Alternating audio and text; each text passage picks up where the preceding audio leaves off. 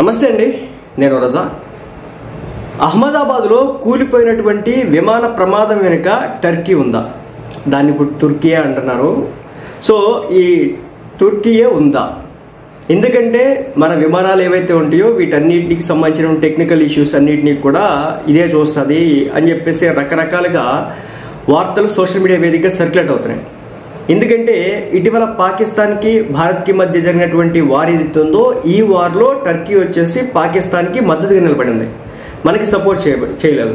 మన మీద అటాక్ చేయడం కోసం చెప్పేసి డ్రోన్స్ పంపించింది అన్నమాట పాకిస్తాన్కి. కాబట్టి మనలో అనుమానాలు లేవడం అనేది సర్వసాధారణం. ఎందుకంటే ఏదో ఒక విధంగా భారతదేశాన్ని ఒక రకమైన కుట్ర చేయాలని చెప్పేసి కొన్ని దేశాలు పూనుకొని కూర్చున్నాయి. వాటిలో టర్కీ కూడా ఒకటనమాట.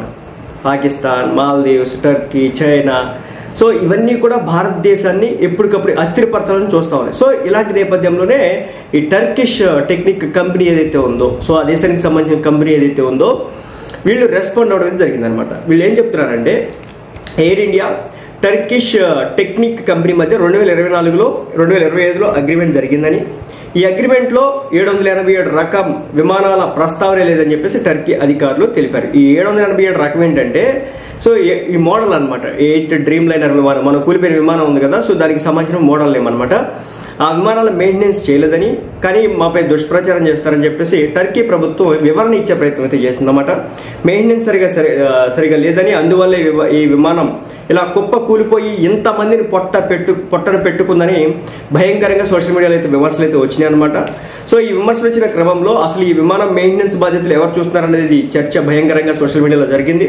టర్కీనే ఎయిర్ ఇండియా విమాన మెయింటెనెన్స్ బాధ్యతలు చూసుకుంటుందని, ఈ విమాన ప్రమాదంలో కుట్ర కూడా ఉందని చెప్పేసి చాలా మంది గట్టిగా మాట్లాడడం జరిగింది. ఈ క్రమంలో ఈ ఆరోపణలపై టర్కీ అయితే వివరణ ఇచ్చింది.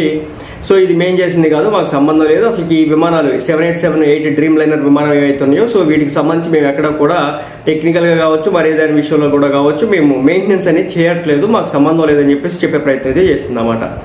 మరి చూడాలి అసలుకి ఎందుకు జరిగింది. రకరకాల మాటలు అయితే చెప్తున్నారు. అంటే బర్డ్స్ కనుక ఇంజన్లో పడిపోతే కనుక ఇవి జరగడానికి అవకాశాలు ఉంటాయి అని చెప్పేసి.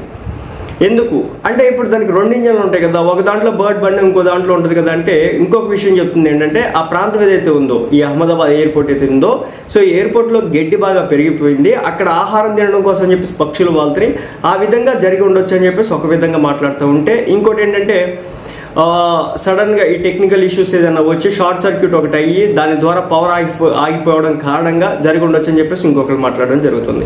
సో అదేవిధంగా ఎవరైతే పైలట్ ఉంటారో సో ఆయన చెప్తున్నారు మేడే అన్న తర్వాత ఇది అవుట్ ఆఫ్ కంట్రోల్లోకి వెళ్ళిపోతుందని, నో పవర్ అని చెప్పేసి గోయింగ్ డౌన్ అని చెప్పేసి ఆయన చెప్పడం అయితే జరిగినట్లుగా కొన్ని ఏవియేషన్ సంబంధించినటువంటి అధికారులు బయటకు చెప్తున్నారు అనమాట.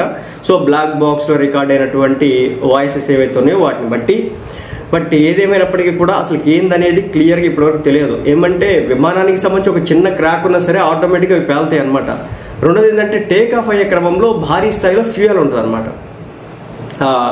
ఆ ఫ్యూయల్ ఏదైతే ఉంటుందో సో దాని కారణంగానే కొన్ని వేల లీటర్ల ఫ్యూయల్ ఉంటుంది. సో మన ఫ్యూయల్తో కంపేర్ చేస్తే, మన పెట్రోల్ డీజిల్తో కంపేర్ చేస్తే అది ఇంకా ఫ్లేమబుల్ రేట్ అనేది చాలా ఎక్కువగా ఉంటుంది అనమాట. మండే తత్వం చాలా ఎక్కువగా ఉండడం కారణంగా ఇది జరిగిందని చెప్పేసి చెప్పడం జరుగుతుంది. సో ఎలా జరిగింది ఏం జరిగింది అనేది ఇప్పటికీ ఎవరికి కూడా అర్థం కావట్లేదు.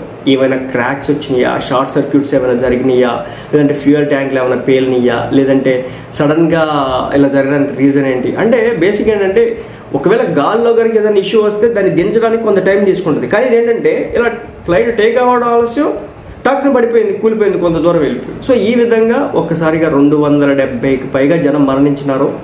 దాంట్లో 240 మంది ప్యాసింజర్స్ ఉన్నారు. మిగిలిన వాళ్ళు వచ్చేసి కూడా అంతా కూడా ఈ మెడికల్ స్టూడెంట్స్ మెడికోస్ ఎవరైతే ఉంటారో వీళ్ళందరూ కూడా మరణించడం జరిగిందన్నమాట.